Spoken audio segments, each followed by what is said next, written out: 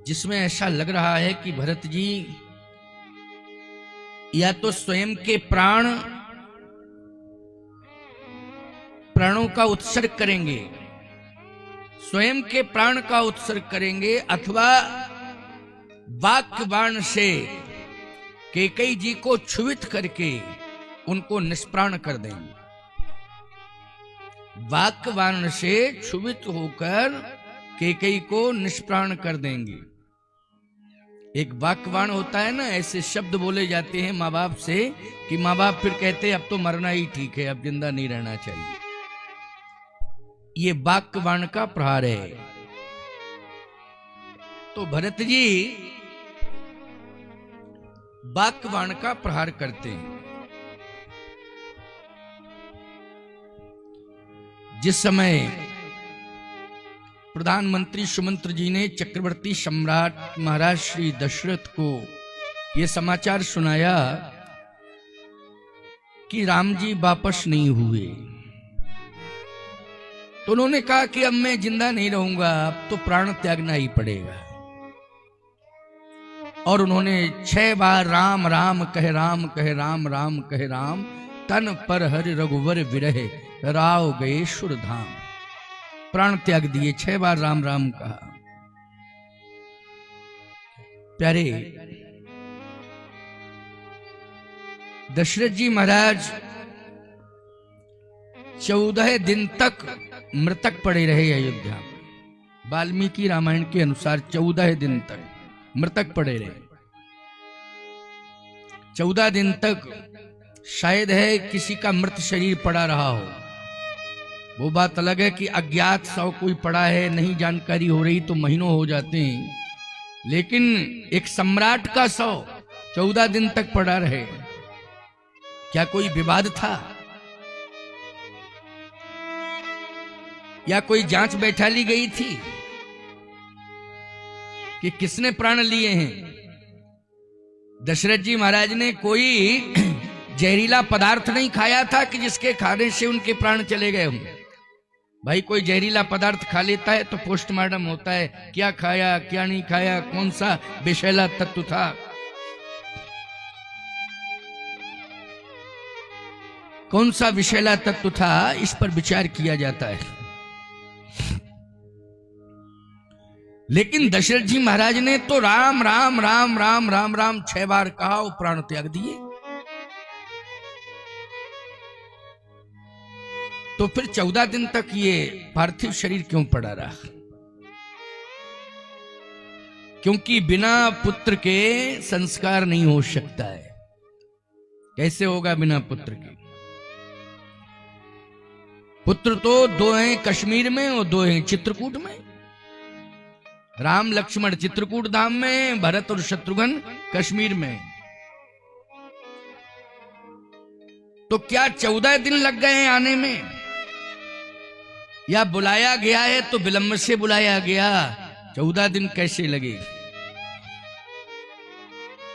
जो अवधपुर से दूत गए हैं कश्मीर, उनको 6 दिन लग गए जाने में, पहुंचने में 6 दिन लगे हैं। कश्मीर पहुंचने में 6 दिन लगे हैं। घोड़े पर सवार होके गए थे। तो इस प्रकार से 6 दिन जाने में समझ लो तो 6 दिन, आने में समझ लो 6 दूनी 12 दिन। 14 दिन क्यों?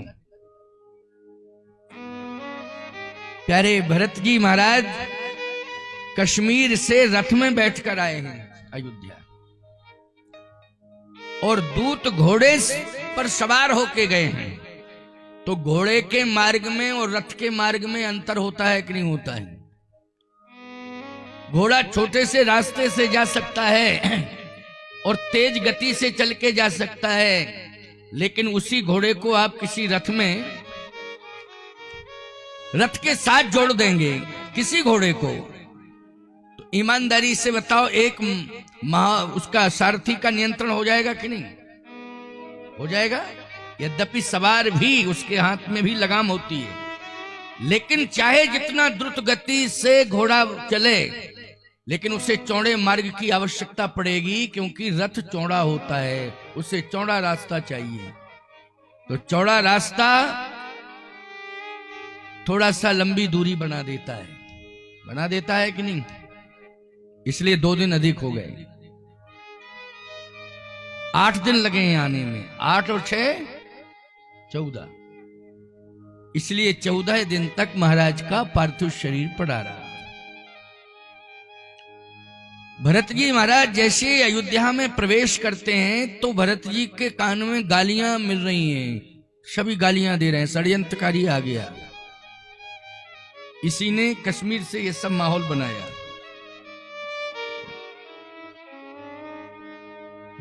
और फिर जब दोबारा सुना तो कैकेयी जी को गालियां दे रहे हैं अयोध्या के लोग। 2 को ही दे रहे हैं, भरत जी को और कैकेयी को, माँ बेटे को गालियां दे रहे हैं। भरत जी समझ गए कि निश्चित रूप से कहीं ना कहीं, मैं तो था नहीं, मेरी मां अयोध्या में थी, उसने कुछ ना कुछ किया है। क्योंकि ये गालियां कभी सुनने को नहीं मिलती थी, अयोध्या के लोग कभी गालियां नहीं देते थे। लेकिन जब विशेष परिस्थिति कोई आ जाती है, बर्दाश्त से बाहर कोई बात हो जाती है, तो फिर गाली निकल पड़ती है, बर्दाश्त से बाहर।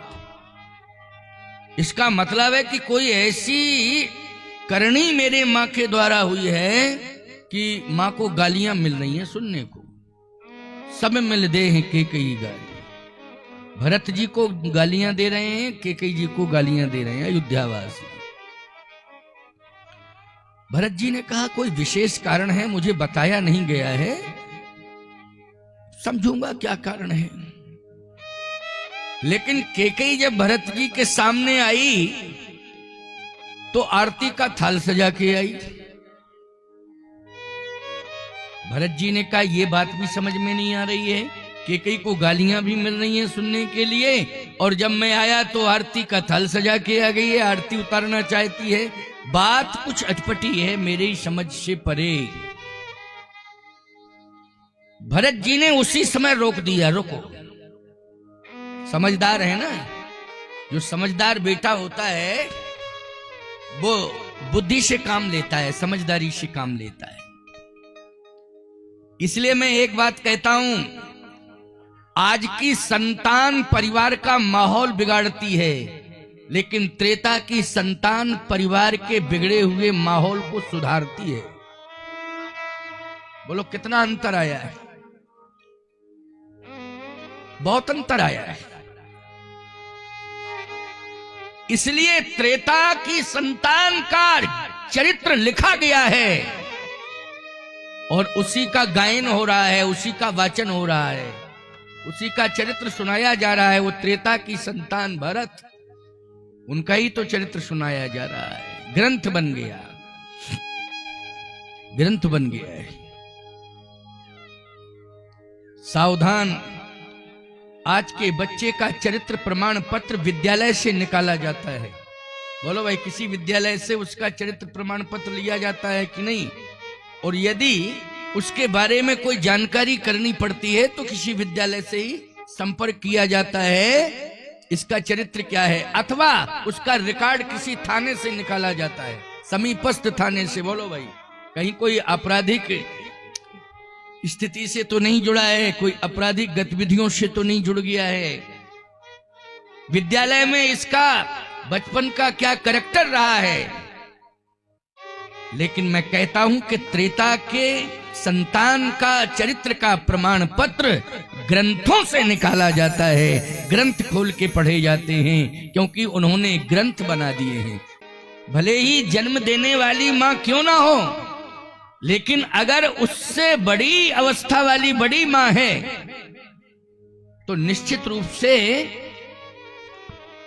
उसके सुख दुख के बारे में, उसके स्वास्थ्य के बारे में पूछा जाता था। क्योंकि हमेशा ये तीनों माताएं एक साथ मिलती थी एक ही जगह पर, तीनों। लेकिन आज अकेली कैकेयी है, 2 नहीं है, तो भरत जी को संदेह हो गया। उनका रुको रुको,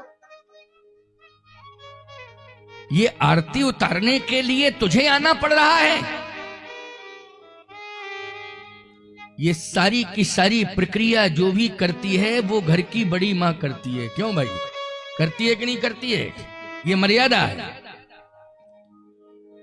उसे अधिकार दिया जाता है। लेकिन मेरे आने पर ये जो मंगल आरती का दृश्य मेरे सामने आया है, अकेले ही क्यों आया है? इसका मतलब है कि तू उन दो से अलग हो गई है।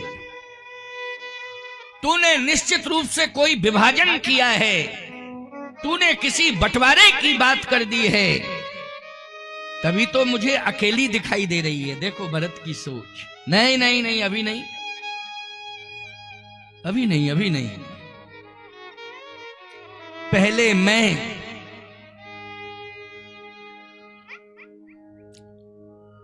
माता पिता की आरती एक साथ उतारूंगा। अब पिता तो है ही नहीं, बोलो भाई, पिता तो है ही नहीं। पहले मैं इसी दीपक से, जो जलते हुए दीप आया है, जो जलता हुआ दीप जिससे आरती तू उतारना चाहती है, इसी दीप से मैं तीनों माताएं और पिताश्री सभी की आरती में उतारूंगा। देखो भाई, ये है विचार। इसको क्या कहते हैं? विचार।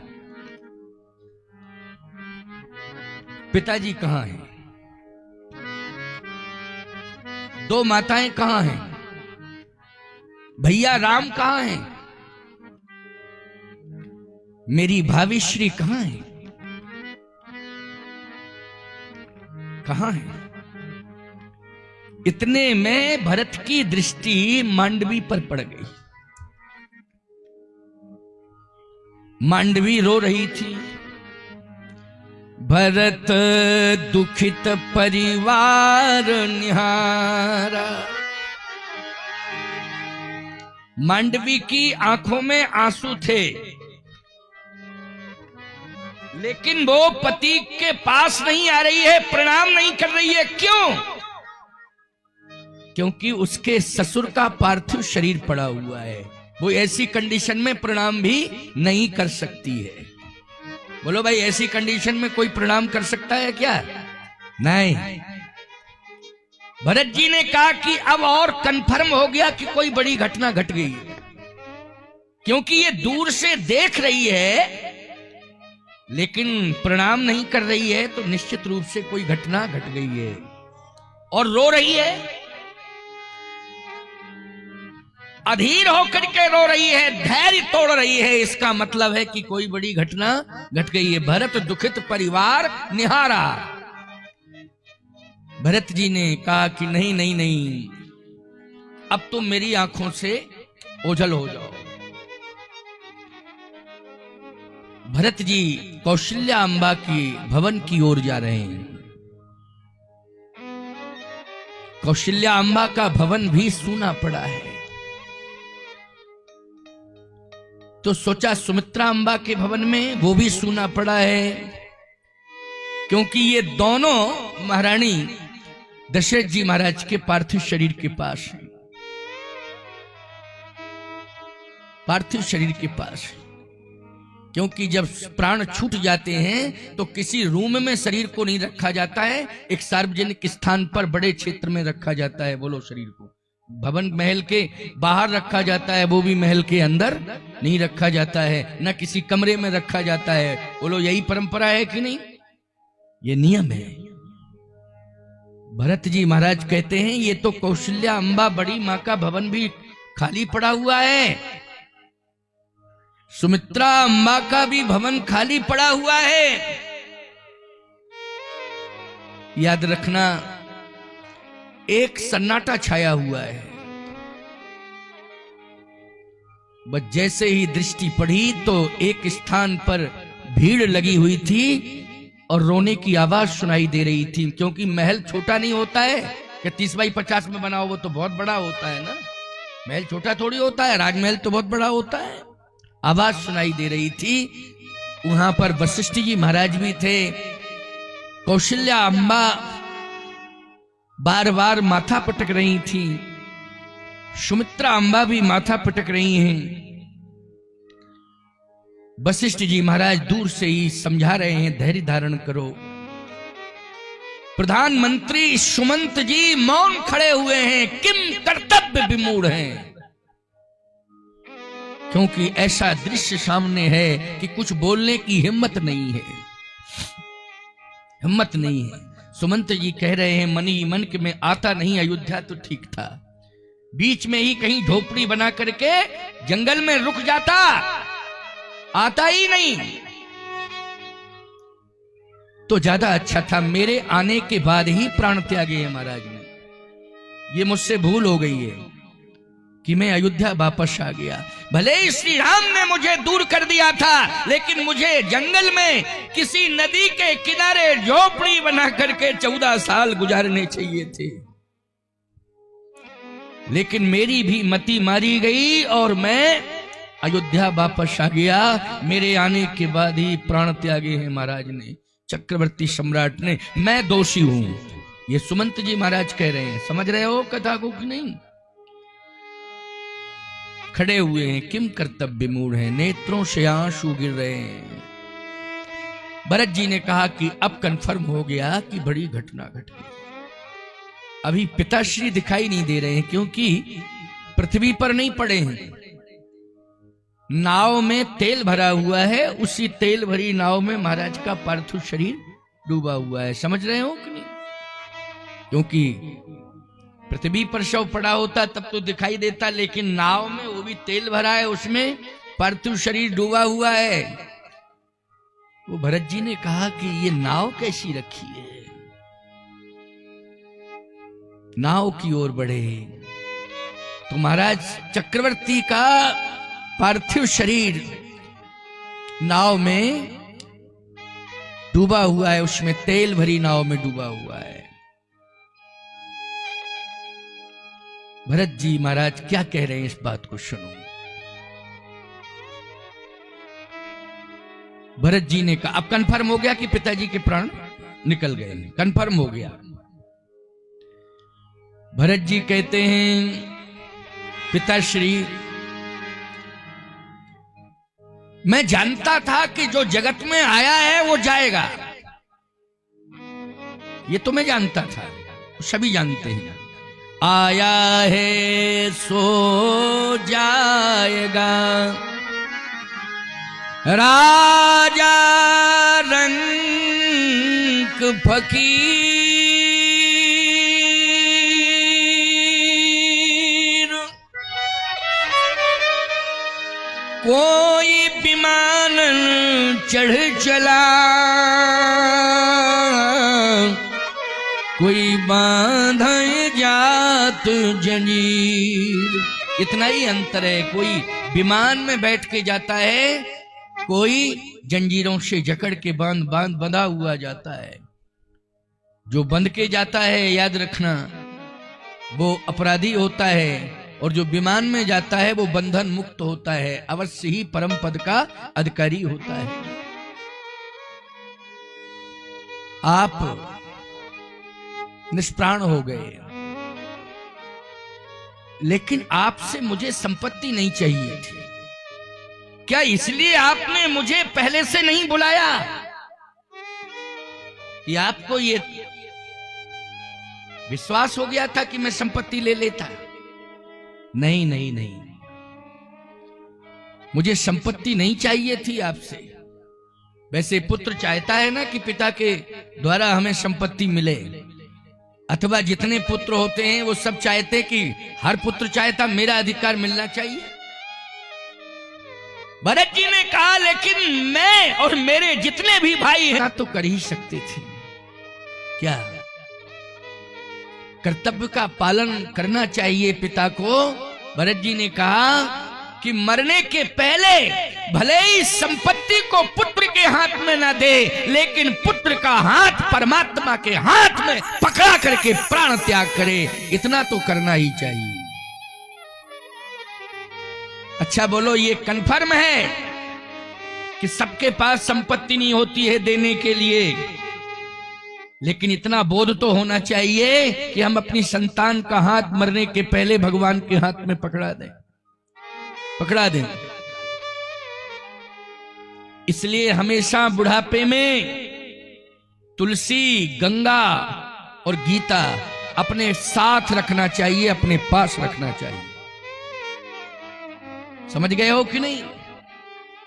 अपने साथ रखना चाहिए, अपने पास रखना चाहिए। क्योंकि तुलसी, गंगा, गीता ये मुक्ति देती हैं। लेकिन आपको ये चाहिए कि हाथ में लिए हैं निश्चित रूप से तुलसी, गंगा, गीता, आपको मोक्ष मिलेगा ही मिलेगा। लेकिन वो आप साथ नहीं ले जाएंगे, गीता को ले जाएंगे क्या? गंगा जल तो साथ चला जाएगा भाई आपके मुख में, लेकिन तुलसी भी चली जाएगी मुख में। लेकिन गीता तो तुलसी और गंगा जल को मुख में धारण कर लेना चाहिए और गीता अपने संतान के हाथ में पकड़ा देना चाहिए कि इसका पाठ करना बेटा, यही भगवान है और इस सिद्धांत के अनुसार चलना। बोलो भगवान को सौंपना हो गया कि नहीं? गीता को सौंप दिया तो किसको सौंपना हुआ? बोलो श्रीमद् भगवद गीता है। और गीता के सिद्धांत के अनुसार अगर आपकी संतान चल जाएगी तो मैं मानता हूं कि त्रिभुवन की संपत्ति उससे मिल जाएगी। भगवान मिल जाएंगे, त्रिभुवन की संपत्ति मिल जाएगी उसे। इंद्र का भी सम्मान नहीं हो सकता है देवताओं के द्वारा जितना समाज के द्वारा तुम्हारा सम्मान होगा, मैं कह रहा हूं। लेकिन करना क्या पड़ेगा? बोलो भाई, ये माता पिता को चाहिए कि 3 चीजें सदा अपने बुढ़ापे में तो रखो ही रखो भाई, है? अच्छा जवान भी हो तुम तो घर में रख सकते हो कि नहीं? तुलसी तो रहती है सबके घरों में, गंगा जल रहता होगा सबके घर में, गीता और रामायण भी। क्यों? गीता रामायण तो होना चाहिए सबके यहां है। आप जवान भी हैं, बच्चा छोटा है, उसे मंदिर तक पहुंचाओ अपने घर में जो तुम्हारा मंदिर है, उससे कहीं ना कहीं रामायण और गीता को अपने हाथ से स्पर्शित करवाओ, छुओ। जैसे आप बच्चे का हाथ पकड़ के लाते हो और कहते हो महाराज को प्रणाम करो, नहीं करता है तो जबरदस्ती से रख देते हो क्योंकि उसे बोध नहीं है, वो नहीं जानता है प्रणाम कैसे किया जाता है। मैंने क्या कहा था कि ये धुआं का रोज क्यों सिस्टम बनाते हो? धुआं का मैंने कल भी कहा, रोज कहता हूं मैं। कहाँ गए वो संचालक महोदय? उनका काम है ये सब इंतजाम। पुष्प रख दो, पुष्प शांत करने के लिए, धुआं को शांत करने के लिए पुष्प रखे जाते हैं। जल नहीं छोड़ना चाहिए, पुष्प रख देना चाहिए। रोज कहना पड़ता है, कहना नहीं चाहिए, कहने की आवश्यकता भी नहीं है, इतना तो समझ ही लेना चाहिए। जो मेरे साथ में रहने वाले लोग हैं उन्हें ध्यान देना चाहिए, लेकिन बोध नहीं है, कर्तव्य बोध किसी के जीवन में नहीं रह गया। मैं आपको बताऊं, कुछ नहीं सीखना चाहते हैं, न कुछ समझना चाहते हैं, टाइम पास करना चाहते हैं सब।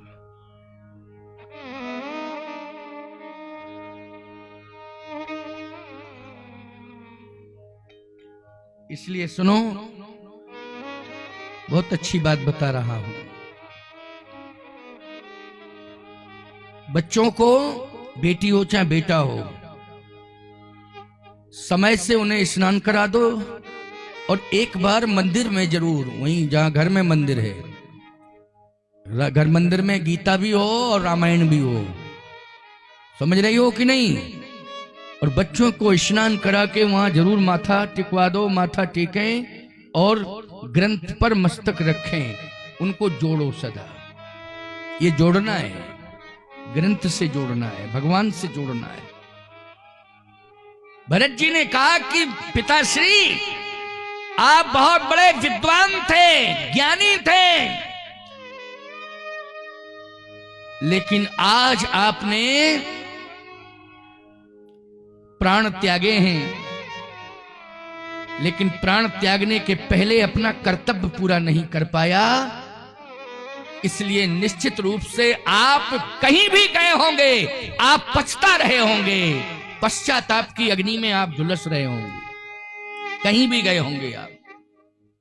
और यदि अभी आपका अंतिम संस्कार नहीं हुआ है तो आपकी आत्मा यहीं विमण कर रही है, वो सुन रही होगी आपकी आत्मा जो मैं बोल रहा हूं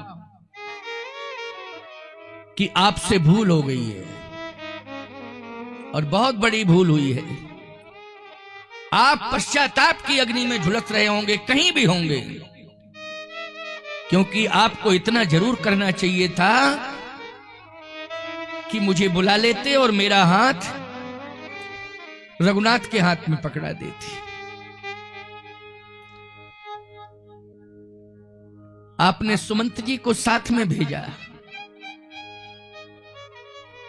कि जाओ सुमंत राम को रथ में बिठा के ले जाओ। सुमंत जी को लौटने में जितने दिन लगे हैं उतने ही दिन मुझे बुलाने में मुझे अयोध्या आने में लगते। बोलो लगते कि नहीं लगते? और फिर आपका धर्म था कि सुमंत अब मेरे सामने ले जाओ, जहां भी राम हो भरत को ले जाओ, भरत का हाथ राम के हाथ में पकड़ा देना।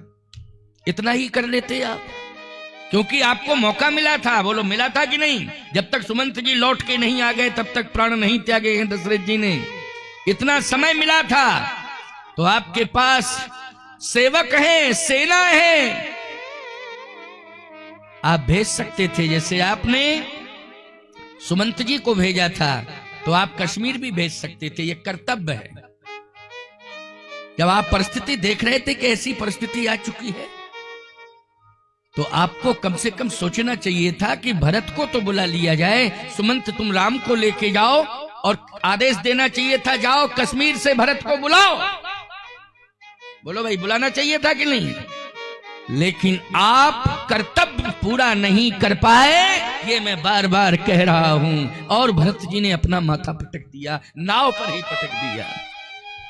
गोस्वामी जी ने स्पष्ट लिखा है, चलत न देखन पाए तो ही, चलत न देखन पाए तो ही, चलत न देखन पाए तो ही, चलत न देखन पाए तो ही, तात न राम ही सौंपे मोही, तात न राम ही सौंपे मोही, तात न राम ही सौंपे मोही, तात न राम ही सौंपे मोही। और जब पता चला कि ये सारा सब कुछ केकई माँ ने किया है,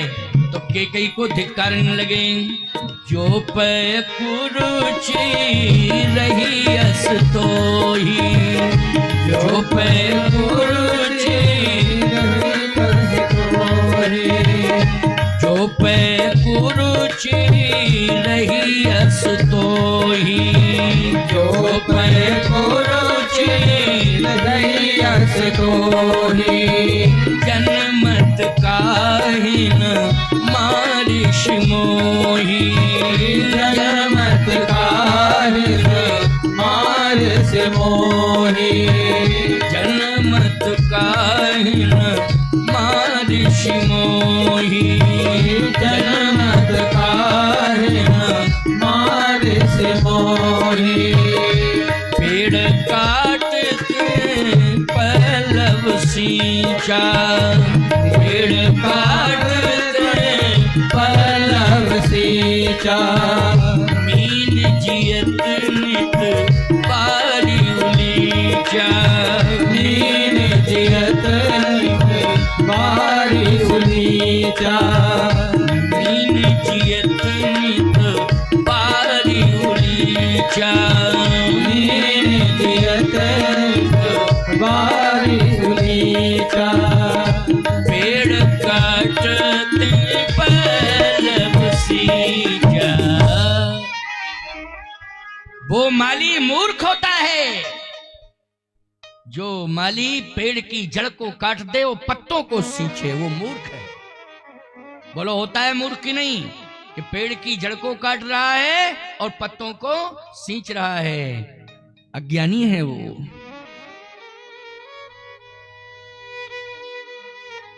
मूल है श्री राम, मैं तो पत्ता हूं। बोलो मूल कौन है? राम है, मैं पत्ता हूं। तूने मूल को अलग कर दिया है, अब तू भरत रूपी पत्ते को सींचना चाहती है। नहीं नहीं नहीं नहीं, ये कभी संभव ही नहीं है। हट जा मेरी आंखों के सामने से, आंख ओठ उठ बैठो जाए, उठो चलो यहां से हटो। भरत जी ने फटकार लगाई। अपनी मां को कभी ऐसे शब्द नहीं बोले थे। बोलो तूफान आ रहा है कि नहीं समुद्र में? क्या आ रहा है? तूफान आ रहा है। जबकि भरत पयोधि गंभीर, गंभीर है भरत। भरत जैसा गंभीर तो कोई है ही नहीं, लेकिन तूफान आ रहा है। प्यारे, जब परमात्मा का अपमान होता है तो प्रकृति में तूफान आता है।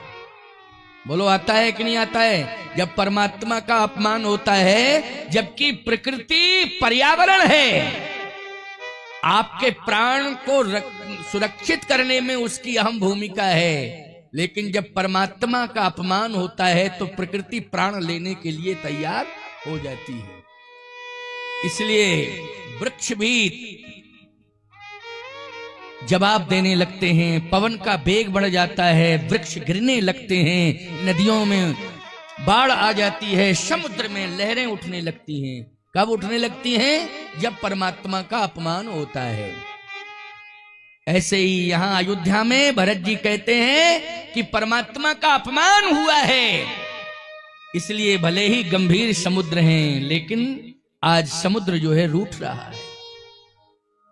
समुद्र आज अपनी मर्यादा को दूर कर रहा है। मां से कुछ कहना, ये मर्यादा को दूर रखना है कि नहीं? बोलो भाई, मां को कुछ भी कहना, मां मां होती है। भरत जी ने कहा बस मेरी नजरों के सामने से हट जा।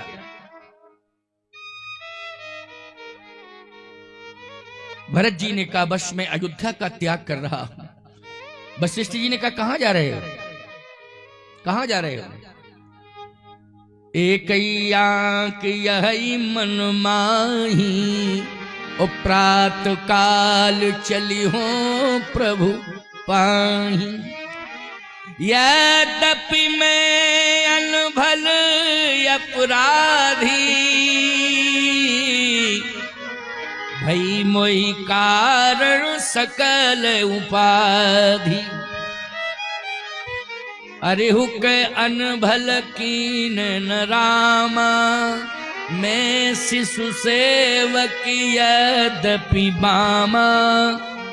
यद्यपि जन्म कुमातु ते, कुमातु कहा, यद्यपि जन्म कुमातु ते,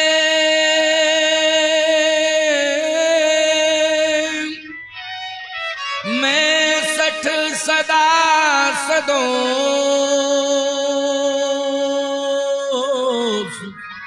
आपन जानि न त्यागी हैं, मोहे रघुबीर भरोस। भरत जी ने कहा कुमार से मेरा जन्म हुआ है, मैं त्याग करता हूं इसका, अयोध्या का भी त्याग करता हूं, और मैं पूरे परिवार का त्याग करता हूं। जहां पर मेरे भैया राम होंगे मैं वहीं जा रहा हूं। मुझे संपत्ति नहीं चाहिए थी, मुझे राज्य नहीं चाहिए था, मुझे तो राम चाहिए थे। वशिष्ठ जी ने कहा भरत, पिता की अंत्येष्टि कौन करेगा? तुम चले जाओगे, पिता की अंत्येष्टि कौन करेगा? कहे पिता की अंत्येष्टि शत्रुघ्न करेगा, छोटा है, मैं नहीं करूंगा, क्योंकि मैं पापी हूं, अधमी हूं। धर्मात्मा पुत्र के हाथों से अंत्येष्टि होनी चाहिए। मैं तो पापात्मा हूं। मोह समान को पाप निवासु, जहीं लग सिय राम बनवासु। मेरे समान कोई पापी नहीं है, और पापी पुत्र कभी अपने पिता की, अपने मां की अंत्येष्टि ना करे।